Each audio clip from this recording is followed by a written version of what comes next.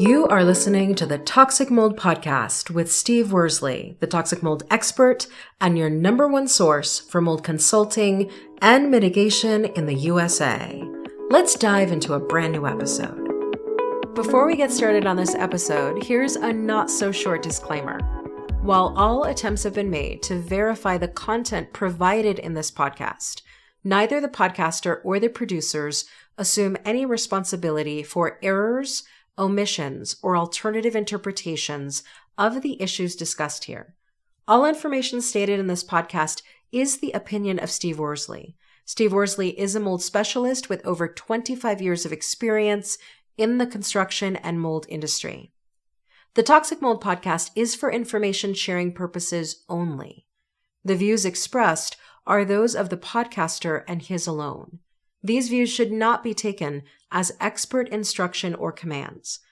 While there may be references to medical conditions and symptoms, all podcast episodes are the opinion of Steve Worsley, and any medical questions or concerns shall be addressed with the appropriate licensed medical professional or professionals. As the podcaster refers to different mold types, please be aware that Steve Worsley is not a microbiologist, and questions concerning mold specifics should be answered by the appropriate professional. Steve isn't, nor does he offer any legal advice. For any legal advice, you must speak with a lawyer. The listener is 100% responsible for his or her own actions. You can check out Steve's books on Amazon. Just go to Amazon and search for author Steve Worsley. You can also take Steve's courses on Udemy or Skillshare, and you can find out more about those at cnccontractorservices.com. Now, let's get to the episode.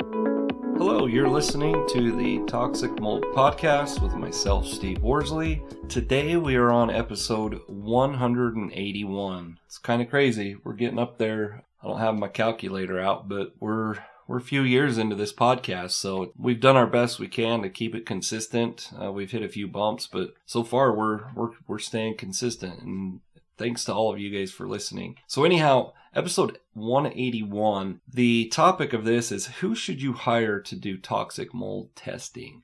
That's usually a question I get quite often. Typically, my clients come in when, sometimes it's before testing, but typically what's happened is they've hired a mold inspector. The mold inspection company comes, they do their thing, and at the end of the day, typically you're just not satisfied. And then you come across our podcast and you reach out to me and you're like, hey, we just didn't get a very good inspector. And, it's nothing personal. There's a lot of inspectors out there, but it's tough to know if you're going to get the right one. And so backtracking a little bit, it would really help.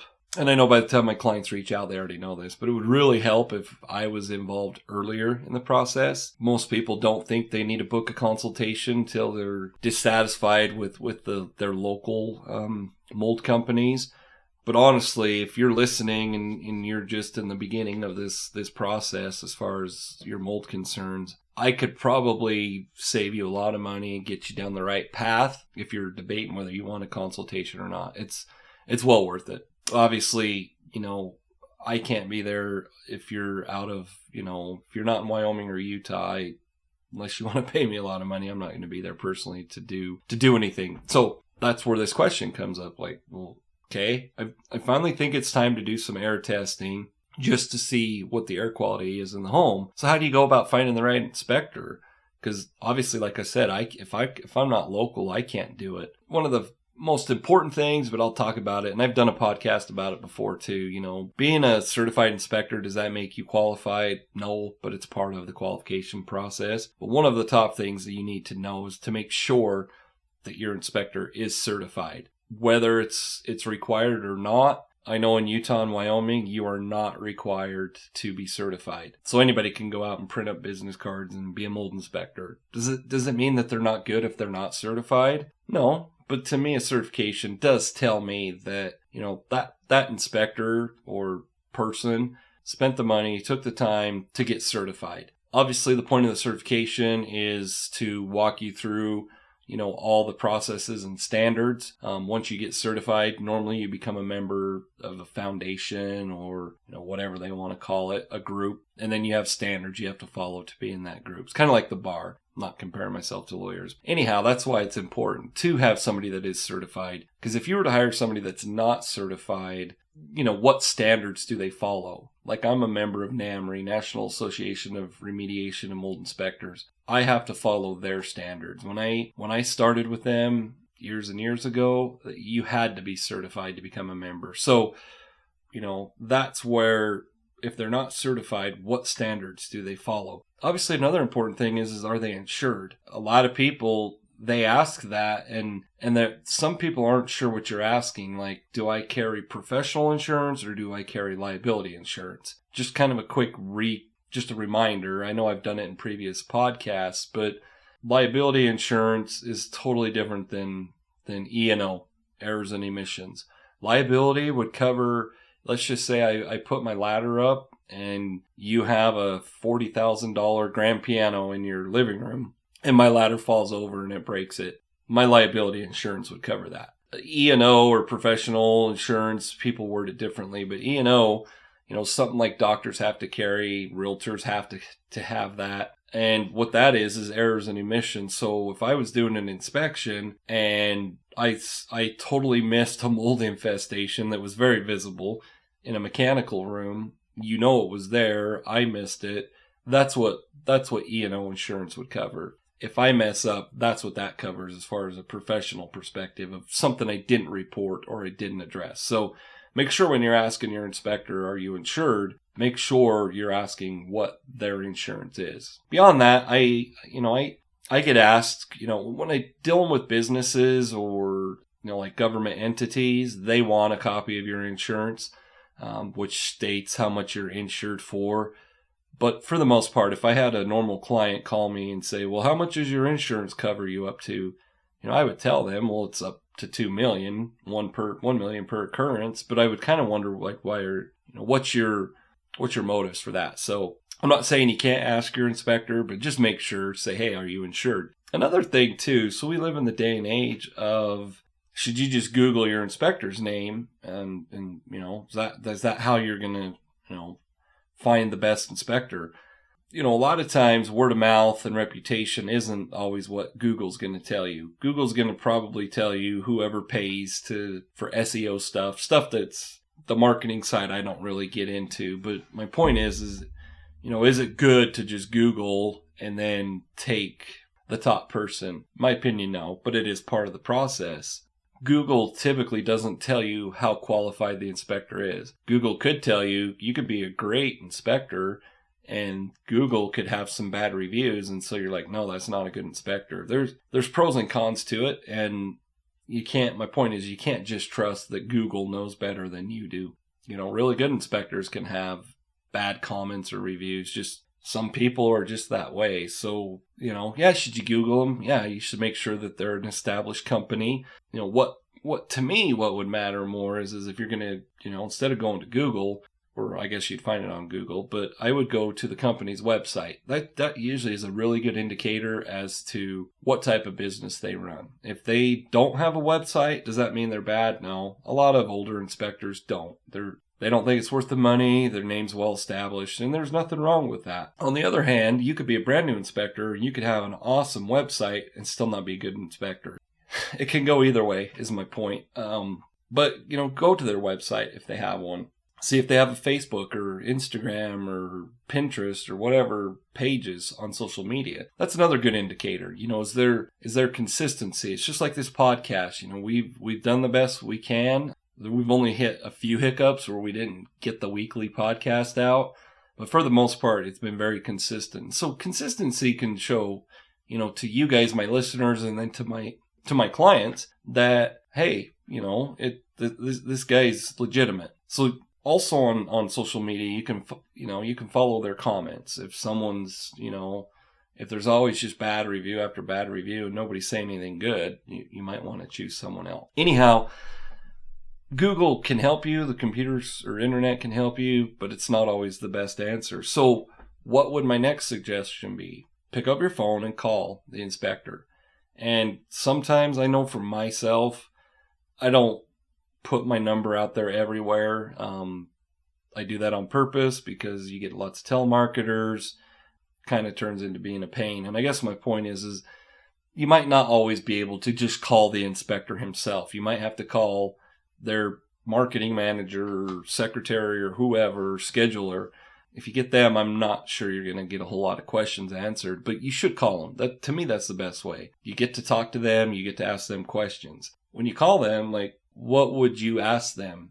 I know for me, I would ask a ton of questions, and if I was representing you as a client, and let's just say you're in Tampa, Florida, and I was trying to find a local inspector for you, if I was to call them, I would ask them a lot more questions than I would expect you to. But like we said earlier, are you certified and insured? Are you licensed? That's something I didn't really touch on, but I did say that you don't have to be certified in like Wyoming and Utah. You don't have to be licensed either. Typically, if you have to be licensed, it's no different than, if you're a member of a foundation, you have to be certified. So make sure they are licensed if it's required. I would ask them, there are simple questions you can ask that kind of gives you a good idea as to the type of inspector they are. So I would say, is there a pass or fail to a mold inspection? No, there's not. There's no such thing. Even when it comes to air testing, is there a pass or fail? No, there's no such thing as that. And if you've listened to me enough, there's way too much information that has to be put together during our investigation to just say, yeah, that's a pass or fail. There isn't. The only way I would say, yes, there's a fail to an air test is if Stachybotrys shows up. And even at that, let's say you do a visual inspection of a property and you don't find any defects, no water stains, and one of the air samples comes back with a raw count of 1 or a trace of Stachybotrys. Well, I wouldn't say that's a fail. It's just, maybe the lab misinterpreted something or whatnot. So anyhow, that is a good question to know whether an inspector has the knowledge. Is there a pass or fail? Another thing is how much is the inspection? A lot of times they'll say, well, the inspection's $350, but then we charge another $100 per sample we send off to the lab. Well, if you want to do air testing, you have to do 2 tests, so you're already at $500, $550. Those are questions you need to know. And after that they do, let's just say, so what I do and what my company does is we offer a package, which is literally an inspection on site and 2 tests. If we're doing air tests, that's 1 test outside, 1 inside. Does it require more? Most likely you're going to need more. So what you need to know is how much does each sample cost? Because we're charging you what the lab fees are. If I go in and I say, well, you need 5 more tests and it's $100 per test, if you're over $1,000, you kind of want to know that before you get into it. Make sure, that they know, what. And if I guess my point is that they know this is what we have to do. We can't just do standalone testing, which I've talked to you about that. Our listeners know we cannot just walk into a property, run our machines and take air samples or tape lifts and walk away and to get a clear picture. We don't offer that. We used to. We don't even do that anymore. And the reason behind that is it's no different than what I just said. Mold, it's so complex that if you just take one little piece of that puzzle, it's not going to give you the whole picture. So make sure if you have a inspector and he says or she says, yeah, we come in, if you only want air tests, we only charge this. Those air test results aren't going to mean much to you when they didn't do an inspection of the property.